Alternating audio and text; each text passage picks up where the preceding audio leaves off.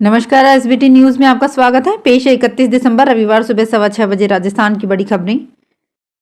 राजस्थान में 27 दिन बाद शनिवार को भजनलाल शर्मा मंत्रिमंडल का पहला विस्तार हो गया है।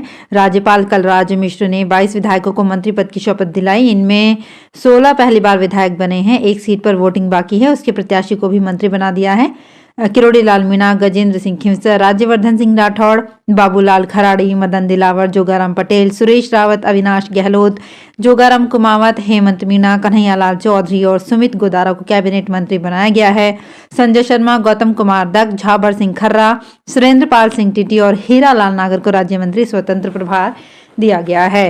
वहीं ओटाराम देवासी, डॉक्टर मंजू बागमार, विजय सिंह चौधरी, के बिश्नोई, जवाहर सिंह बेडम को राज्य मंत्री बनाया गया है। कुल 22 मंत्री बनाए गए हैं। इनमें से 12 कैबिनेट मंत्री, 5 राज्य मंत्री स्वतंत्र प्रभार और 5 विधायकों को राज्य मंत्री के रूप में शपथ दिलाई गई है।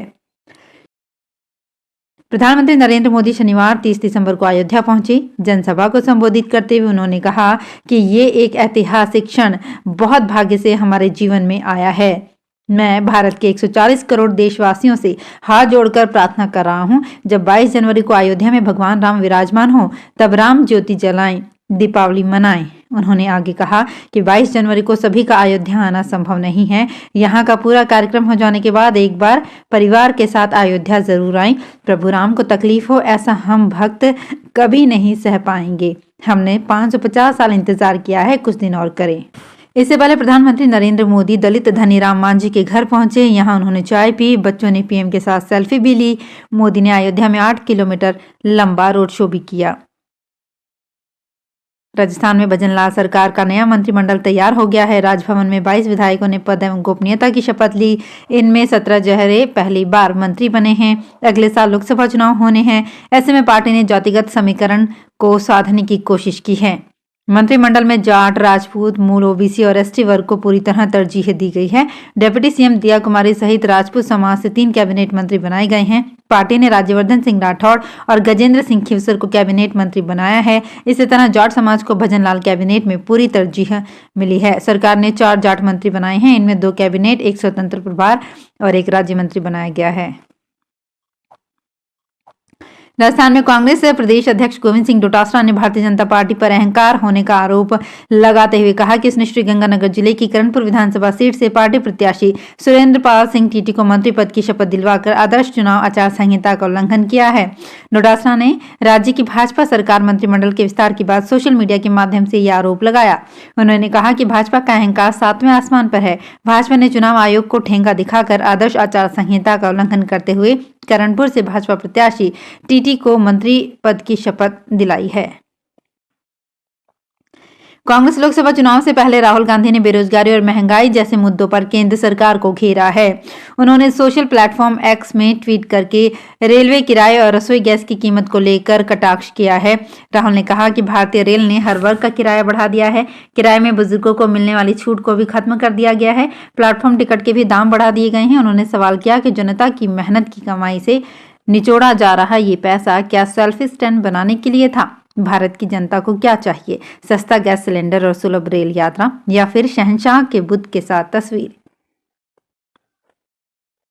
अलवर सरस डेयरी में 21,700 लीटर मिलावटी दूध पकड़ा गया है। इसके सैंपल की जांच अलवर के बाद जयपुर में भी की गई है, लेकिन दोनों ही जगहों पर सैंपल मिलावटी पाया गया। दूध में तेल की मात्रा अधिक मिली। शनिवार को डेयरी परिसर में ही दूध को नष्ट कराया गया।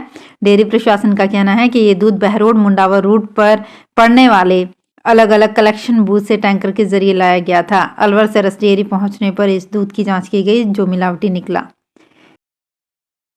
यदि आप नए साल का जश्न मनाने और शीतकालीन छुट्टियों का लुत्फ उठाने के लिए जयपुर से बाहर जा रहे हैं तो घर से निकलने से पहले ट्रेन में फ्लाइट की स्थिति जरूर जांच लें। दरअसल इन दिनों कोहरे के कारण जयपुर से संचालित होने वाली ट्रेन और फ्लाइट का संचालन बुरी तरह से गड़बड़ाया हुआ है, जिससे लोगों को एयरपोर्ट और रेलवे स्टेशन पर कई घंटे तक बैठकर इंतजार करना पड़ रहा है। प्रधानमंत्री नरेंद्र मोदी अयोध्या दौरे पर हैं। 22 जनवरी को भगवान श्री राम के प्राण प्रतिष्ठा कार्यक्रम से पहले उनका ये पहला दौरा है। इस दौरान उन्होंने अयोध्या में एयरपोर्ट और स्टेशन समेत 15,000 करोड़ की योजनाओं का उद्घाटन और शिलान्यास किया। प्रधानमंत्री के इस कार्यक्रम को लेकर शिवसेना उद्धव गुट के सांसद और प्रवक्ता संजय राउत ने शनिवार को कहा कि भाजपा राम मंदिर उद्घाटन कार्यक्रम का राजनीतिकरण कर रही है। 22 जनवरी को प्राण प्रतिष्ठा कार्यक्रम में ऐसा ना हो कि भाजपा अगले चुनाव के लिए भगवान राम को अपना उम्मीदवार घोषित कर दे। राउत ने प्राण प्रतिष्ठा कार्यक्रम में जाने के सवाल पर कहा, मुझे कोई निमंत्रण नहीं मिला है। मुझे वहां जाने के लिए किसी निमंत्रण की जरूरत नहीं है। रामलला किसी पार्टी की संपत्ति नहीं, वो सबके हैं। पीएम मोदी शनिवार को अयोध्या पहुंचे। यहां महर्षि वाल्मीकि एयरपोर्ट से अयोध्या धाम जंक्शन तक 8 किलोमीटर लंबा रोड शो निकाला। जगह जगह स्वस्ति वाचन और शंखनाद से संतों ने मोदी का स्वागत किया। इस दौरान बाबरी मस्जिद के पक्षकार रहे इकबाल अंसारी ने भी पुष्प वर्षा कर प्रधानमंत्री का स्वागत किया। रास्ते में 1 लाख से ज्यादा की भीड़ मोदी पर पुष्प वर्षा करती रही। प्रधानमंत्री ने इस मौके पर 6 वंदे भारत और 2 अमृत भारत ट्रेनों को हरी झंडी दिखाई।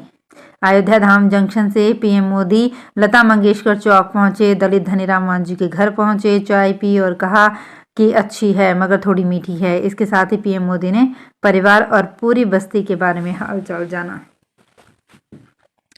जयपुर में मानसरोवर स्थित सिटी पार्क से अभियान की शुरुआत की गई। इस दौरान उप मुख्यमंत्री प्रेमचंद बैरवा ने कहा कि प्रधानमंत्री नरेंद्र मोदी ने देश को स्वच्छ बनाने का सपना देखा है। देशवासी पीएम के सपने को पूरा करने में जुटे हैं। उप महापौर पुनीत कर्णावत ने कहा कि वर्ष 2014 से ये अभियान देश भर में चल रहा है। अभियान आंदोलन बन चुका है। शहर में सप्ताह भर सघन सफाई अभियान चलाया जाएगा। राजस्थान में अजमेर स्थित महर्षि दयानंद सरस्वती विश्वविद्यालय का 11वां दीक्षांत समारोह आगामी 12 फरवरी को आयोजित होगा। विश्वविद्यालय के आधिकारिक सूत्रों के अनुसार कुलाधिपति एवं राज्यपाल कलराज मिश्र की इस संबंध में सैद्धांतिक स्वीकृति के बाद दीक्षांत समारोह की तैयारी शुरू कर दी गई है। विश्वविद्यालय सभागार में आयोजित होने वाली इस दीक्षांत समारोह में श्री मिश्र 2022-23 के लिए चांसलर मेडल, टॉपर्स को मेडल और पीएचडी धारकों को डिग्री प्रदान करेंगे और दीक्षांत भाषण भी देंगे। राजस्थान में माध्यमिक शिक्षा बोर्ड आगामी 28 जनवरी को राज्य स्तरीय महात्मा गांधी सर्वोदय परीक्षा का आयोजन करेगा। बोर्ड प्रबंधन द्वारा इस संबंध में जारी सूचना के अनुसार अभ्यर्थी 30 दिसंबर से 5 जनवरी तक आवेदन कर सकते हैं। परीक्षा 28 जनवरी को दोपहर 2 से 3:30 बजे तक और राज्य में निर्धारित जिलों के परीक्षा केंद्र पर आयोजित की जाएगी। भीलवाड़ा में महामंडलेश्वर स्वामी हंसाराम के जन्म दिवस पर 251 फीट लंबी 1.5 फीट चौड़ी भगवा रंग की पगड़ी बांधी गई। राजस्थानी जनमंच अध्यक्ष कैलाश सोनी की अगुवाई में 20 वर्षों से लगातार पगड़ी बांध रहे सुरेंद्र सिंह चुंडावत जोगरास को बुलाया गया था। सोनी का दावा है कि संभवतः ये मेवाड़ की सबसे बड़ी पगड़ी बांधने का रिकॉर्ड है। शनिवार को हरि सेवा उदासीन सनातन धर्म मंदिर परिसर में महामंडलेश्वर स्वामी हंसाराम का जन्मदिन मनाया गया। टोंक में बढ़ रहे साइबर अपराधों की रोकथाम के लिए जिले में शनिवार को साइबर क्राइम रिस्पांस सेल का गठन किया गया। इस दौरान एसपी राजऋषि राज समेत अन्य पुलिस अधिकारी मौजूद रहे। एसपी ने लोगों की मदद के लिए साइबर क्राइम हेल्पलाइन नंबर भी जारी कर दिए हैं। एसपी राजऋषि राज ने बताया कि इन नंबरों पर किसी भी व्यक्ति के साथ साइबर फ्रॉड होने पर वो हेल्पलाइन नंबर पर सूचना दे सकता है। भारत पाक सीमा पर बसा जैसलमेर शहर अपने पीले पत्थरों की वजह से गोल्डन सिटी कहलाता है।